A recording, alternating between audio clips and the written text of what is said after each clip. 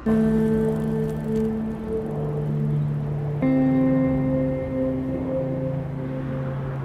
sa huling datos ng Philippine Statistics Authority, tinatayang 12% ng ating populasyon na may edad 15 pataas ay binubuo ng mga PWD.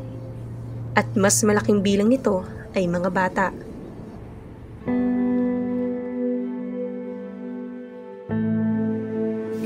Paano nga ba sumasabay sa ikot ng mundo ang mga tinatawag nating PWD o Person with Disability?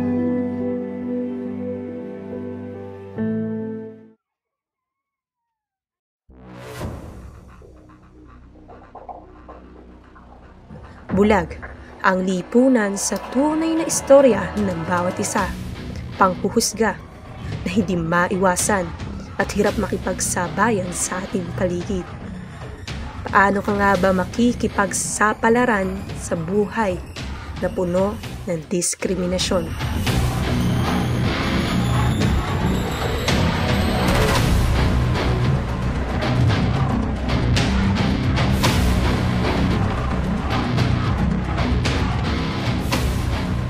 Tao po, magandang umaga po.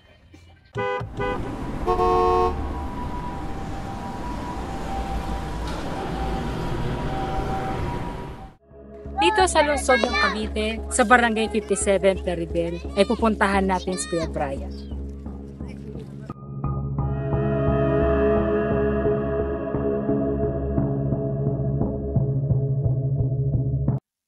Po si Brian Permano, isang fishbowl vendor, nakatira sa Barangay 57, sa bahay ng misis ko.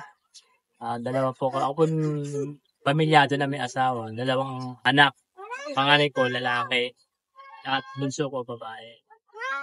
Natagpuan namin si Kuya Brian o mas kilalang Kobe Brian.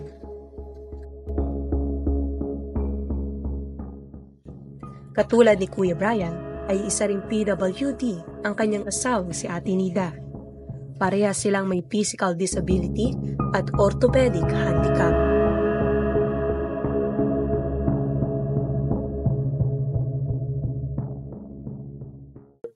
Sa pamamagitan ng pagtinda ko lang ng fishbowl, doon ko lang sila itatagal. Follow and share. Thank you.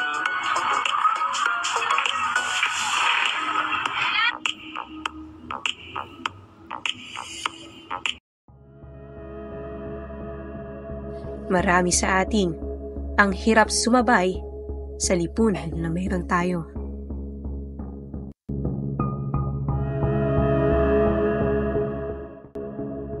Sa kabila ng hirap na nararanasan ni Kuya Brian, hindi naging hadlang sa kanya ang kanyang pansalan upang itaguyod ang kanyang pamilya.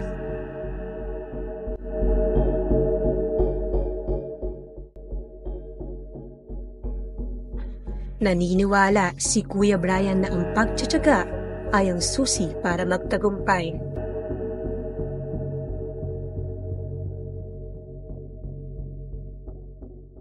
Bahay namin, meron kami maliit na tindahan at doon lang namin pinagkakasya yung pamumuhay namin sa buong maghapon, sa araw-araw.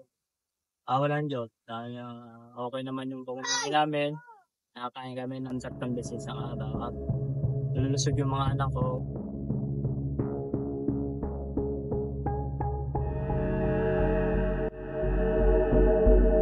Hirap man sa buhay, ay puno naman ng diskarte ang mag-asawa. Habang maghapong kumakayod si Kuya Brian, si Ate Nida naman ang bahala sa kanilang tahanan.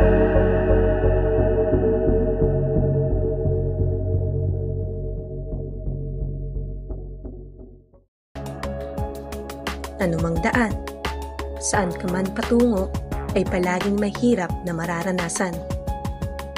Magulo man o nakakalito ang paligid, tutuloy ka ba sa hamon ng buhay?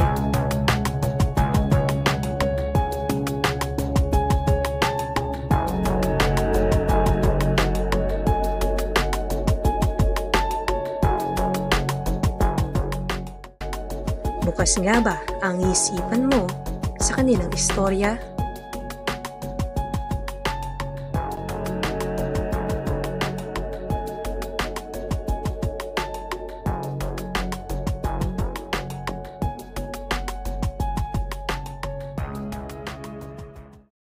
Yun nga pala yung anak ko, yung panganay ko. 3 years old na siya. Pero, natutuwa naman ako dahil sa edad niyang ganon, bibong-bibo siya. Talagang,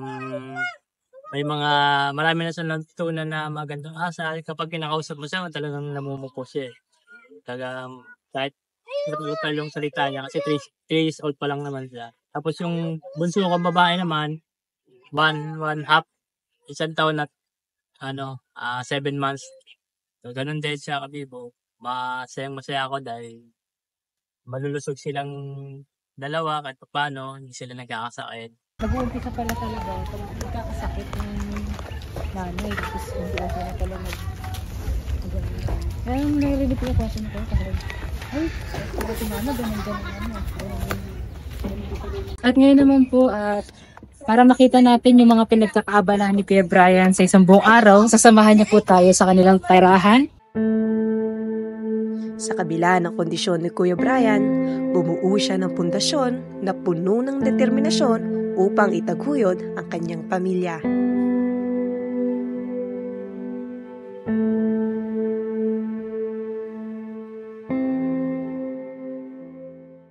Hindi lang sa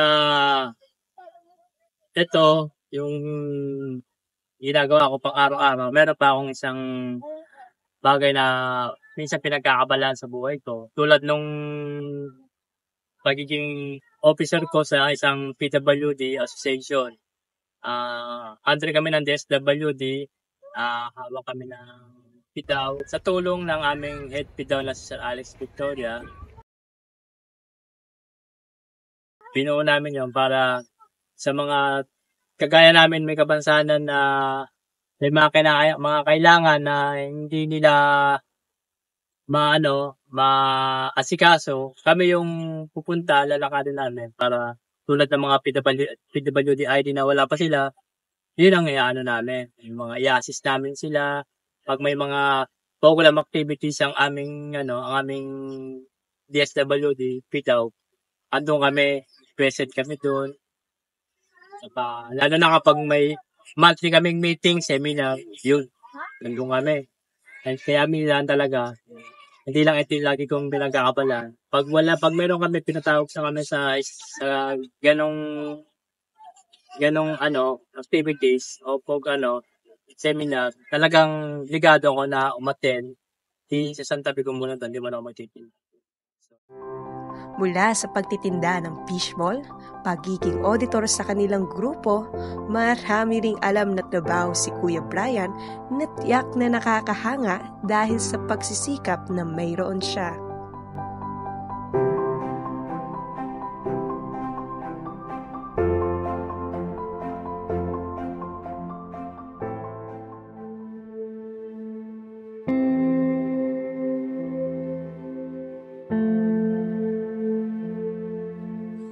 Iba't ibang hirap ang nararanasan at iba't ibang paraan para ito'y masolusyonan.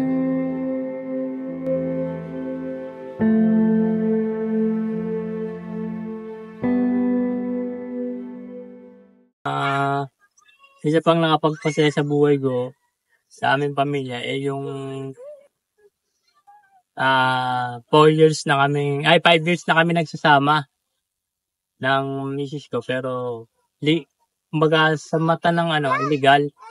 Kaya nung nagkaroon ng pagkakataon na magbigay ang gobyerno ng libreng kasal, masaya ako na isa kami sa napasama na ikakasal sa simbahan. Sa simbahan siya. Kaya yun nga, ang nasikaso namin, masaya ako dahil nalalapit na yung kasal namin, yun yung inaasikaso ko yung mga requirements, kaya minsan doon ako magtinda. Tapos yung mga anak ko, ayun, masaya ako na andun sila naglalaro, andun na sa may bahay.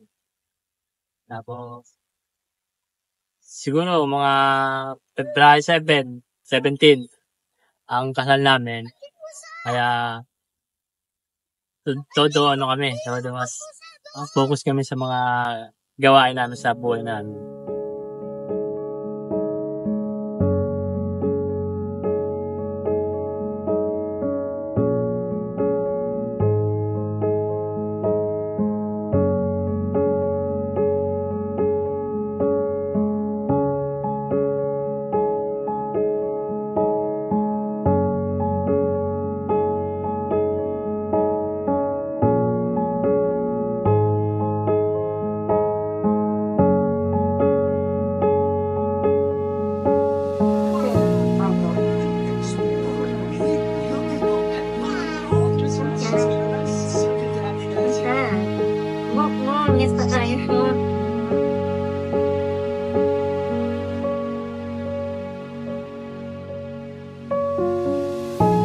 Mula sa determinasyon na meron si Kuya Brian at tibay ng loob, binigyan siya ng katuwang sa buhay na tiyak na maghahatid ng tamis at lambing sa kanilang pamilya.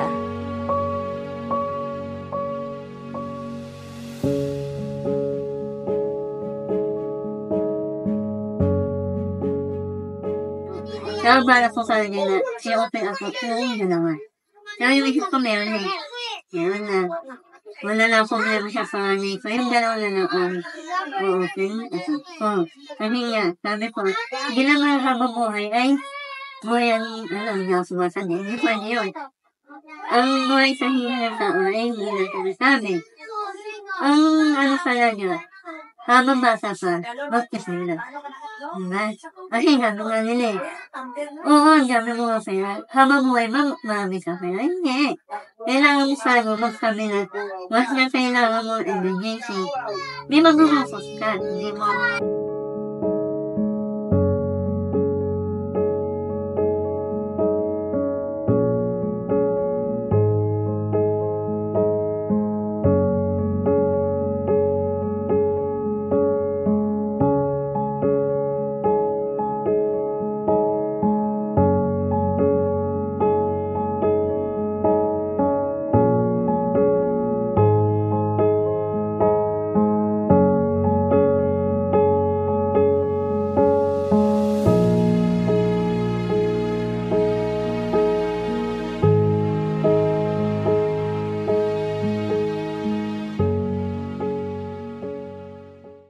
Oo, nasaba ang lahat ng diskarte ginawa ko na. Sumaya ako ng Boy King na ng singgera o nag-dishwasher na nag-alaga na masanda hanggang sa nasawalay ako ng asawa. Hindi ko akalain lang naging asawa ko. Sorry ko rin. Kaya naman yun eh. Kasi yung una kong naging asawa, hindi siya pinamili, pero iniwan pa niya ako. Bakit? Kasi hindi ko, sabi ko, sige, malaya ka? No. Pero ngayon meron ka na mapapabalisya. Yung nakita nila okay ako, naging malakas ako.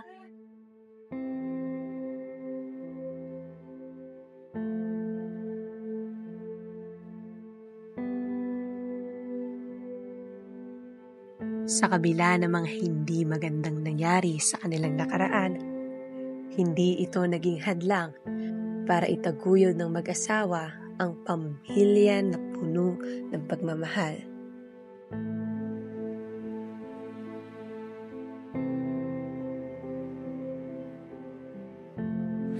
Ay, kuya. Nangyari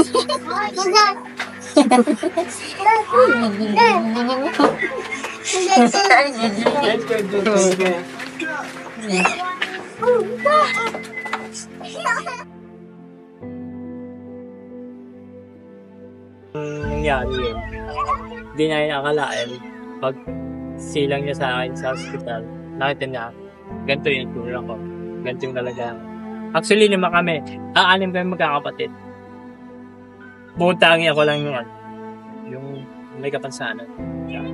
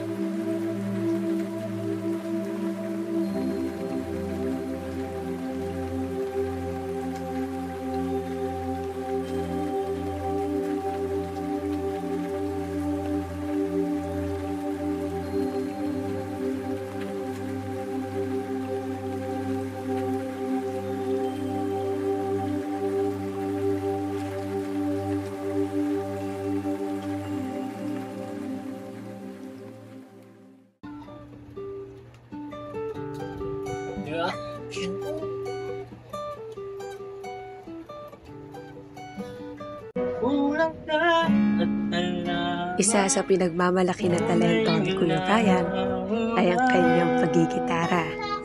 Dito niya binubuhos ang lahat ng emosyon at kwento na mayroon siya. Lumilipas ang panahon, gabi ng aking bitaw. Panapanahon ng pagkakataon, may babalik ba ang kahapon?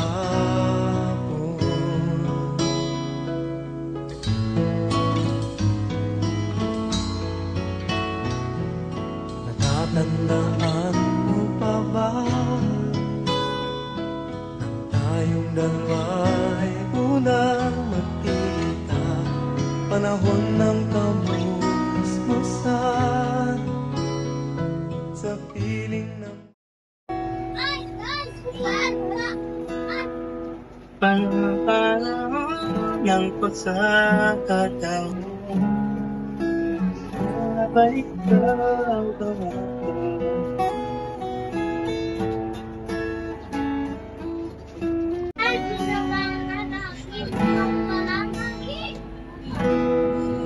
Tatandaan mo pa ba tayong naman unang panahon ng kamusmusan sa piling ng mga bulaklak at halaman? Doon tayo nagsimula mangarap at tumulak.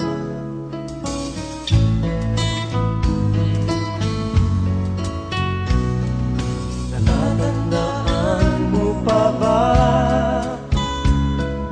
inukit kong puso sa punong mangga at ang inalay kong bumamela, magkahawak kamay? advice ko sa mga kagaya kong PWD,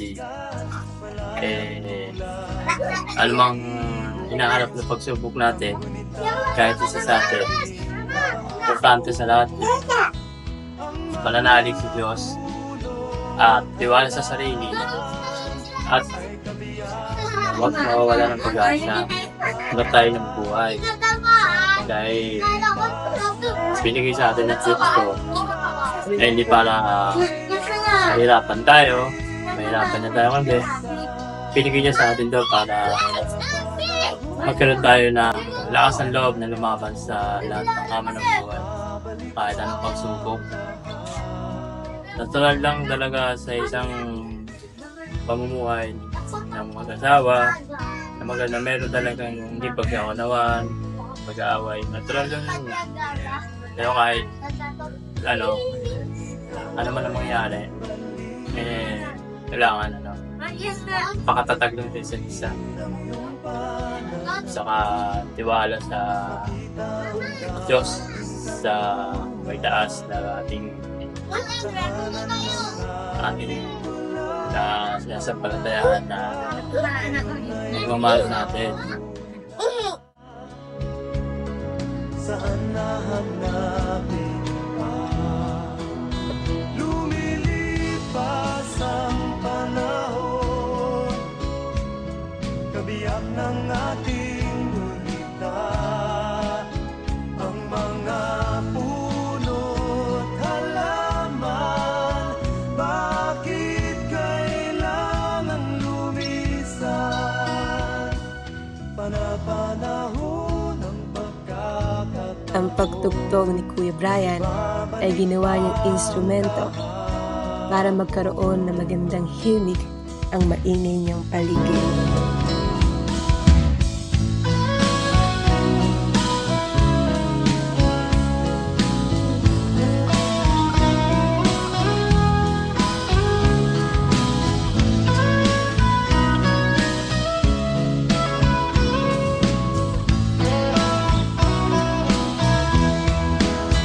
Lumilipas ang panahon, kabiyak ng ating gulita. Ang mga puno't halaman, bakit kailangan lumisan? Panapanahon ng pagkakataon, may babalik ba ang kahapon?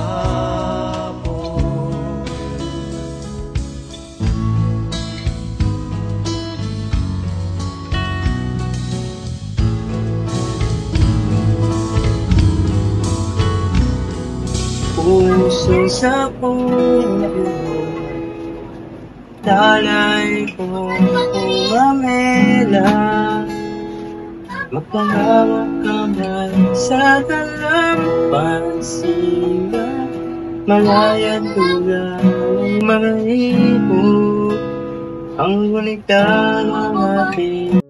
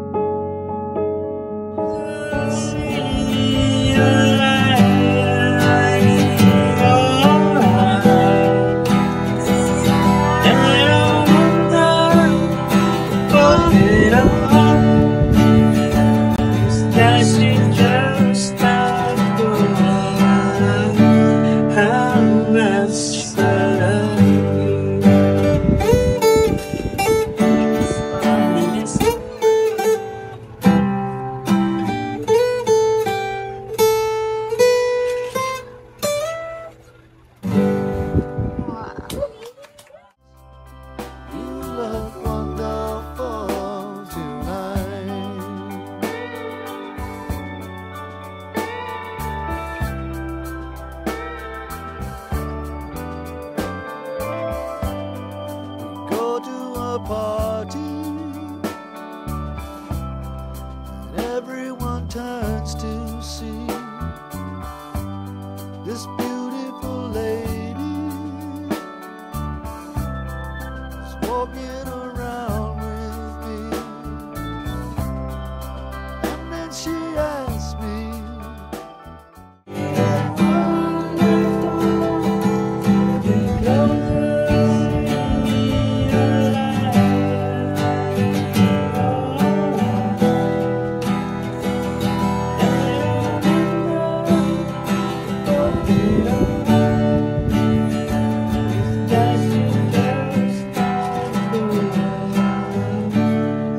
bibigyan sa akin kung sila na.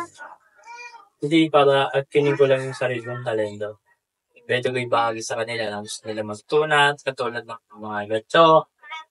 Kung ano yung nalaman ko, may mga kalala ko. Gusto ko matutong ganyan, gusto ko nila. Sinisal ko sa kanila, tinuturo ko sa kanila. Diba, hindi, ganun kadali matutong ang gusto ko, pag tinulungan tayo, yung desidido na sa puso mo. Yung gusto ko yung talagang gusto mong matuto, gusto mong pag-aralan. Kasi darating ang panahon na yung yung pinursige mo pwede mo pa malampasan yun. Minsan, nangyayari pa nga, pwede mo pa akong higitan. Mas magaling ka ba ngayon sa akin kaysa sa ganun yun eh.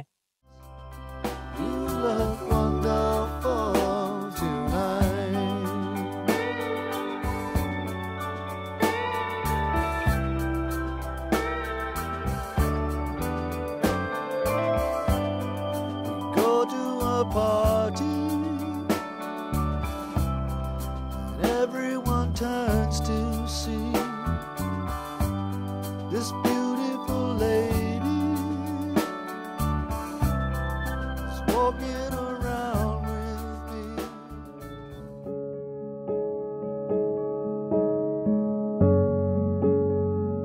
Katulad ng gitara, hindi magiging maganda ang tunog kung may kulang na kwerdas. At sa pamilya ni Kuya Brian ay kailanman hindi nagkulang ang pagmamahal nila sa bawat isa.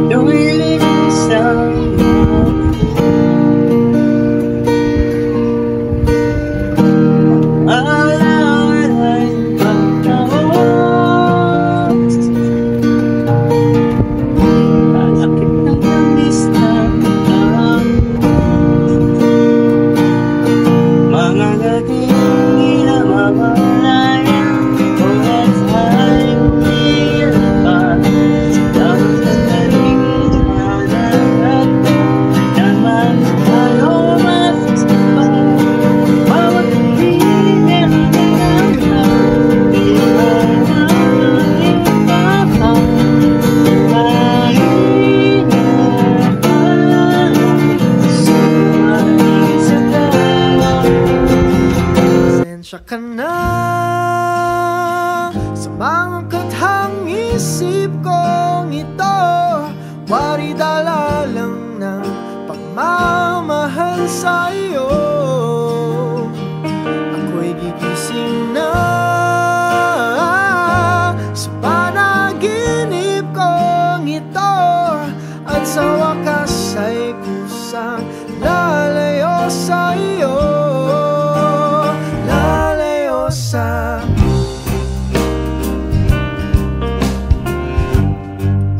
Ako si Joshua Miranda at mula sa aming team, kami po ay lubos na nagpapasalamat sa inyong pagsubaybay sa aming munting dokumentaryo.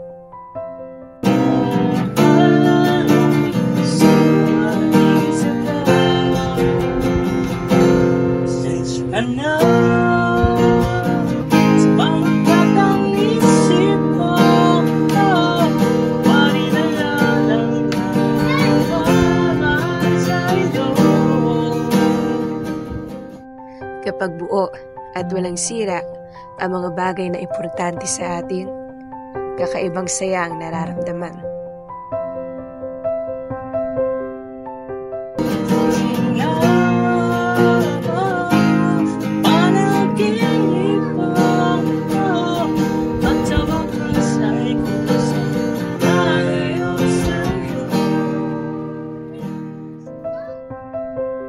Kaya't bakit mo pababayaan ang pinaka-importanteng tugtog ng buhay mo?